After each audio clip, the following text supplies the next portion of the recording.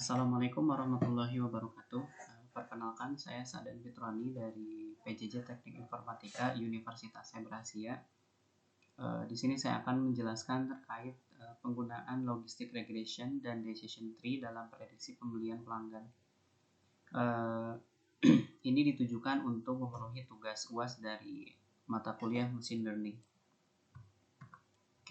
Latar belakangnya adalah kebutuhan analisis ya, untuk memahami pola pembelian pelanggan dan faktor-faktor apa saja sih yang mempengaruhi keputusan pembelian.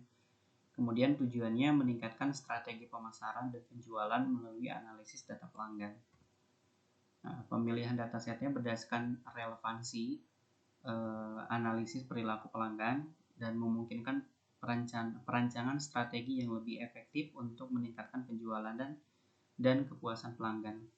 Nah, dari sisi data juga sudah bersih ya, bebas dari nilai hilang dan duplikasi, dan fokus pada analisis dan penerapan teknik machine learning. Kelengkapan datanya variabel juga mencakup usia, jenis kelamin, pendapatan, dan partisipasi dalam program loyalitas, memungkinkan analisis yang komprehensif dan mendalam.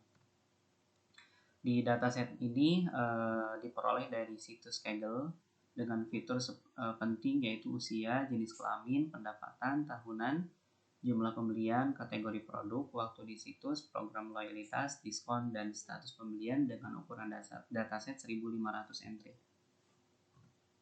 Nah, kemudian metode penelitiannya, tahapannya adalah pengumpulan data, pre-processing, dan pembagian data, yaitu 80% untuk data latih dan 20% untuk uji. Model yang digunakan adalah logistic regression dan decision tree. Kenapa menggunakan dua model? Karena untuk dilakukan perbandingan ya, mana yang lebih efektif. Kemudian evaluasi model, ada akurasi, precision, recall, dan F1 score. Tools yang digunakan seperti ini ya, library dari Python, Pandas, kemudian NumPy, ada Matplotlib dan Seaborn, serta Scikit-learn, serta Google Colab untuk penunjangnya. Pemodelan sendiri, logistic regression itu prediksi probabilitas kejadian. Keunggulannya mudah diinterpretasi, tidak memerlukan skala data besar ya, tapi kelemahannya kurang mampu menangkap hubungan nonlinear. Sedangkan decision tree yaitu dengan struktur pohon untuk mempartisi dataset.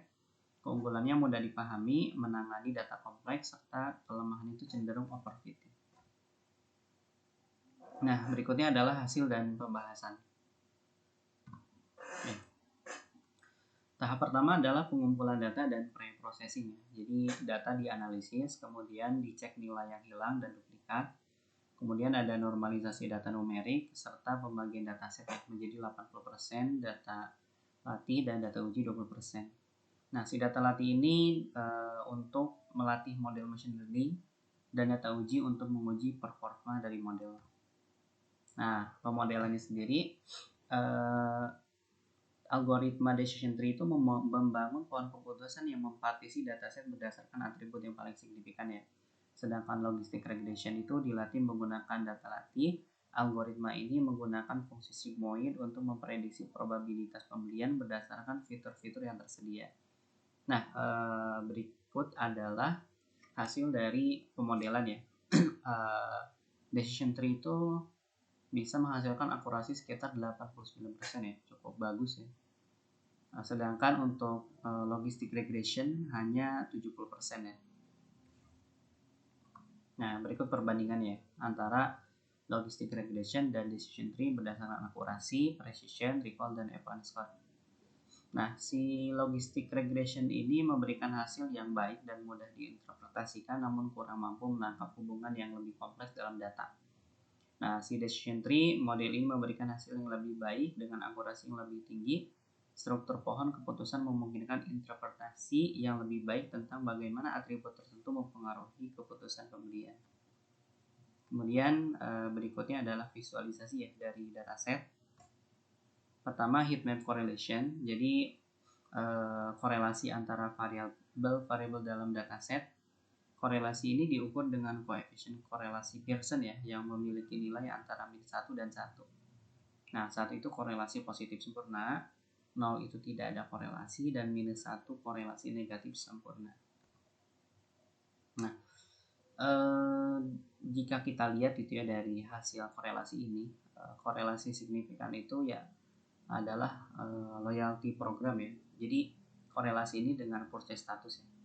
Jadi ada loyalty program dengan korelasi 0,32, kemudian ada discount fail dengan 0,3, kemudian ada time spent on website 0,28, number of purchase 0,22, dan annual income 0,19.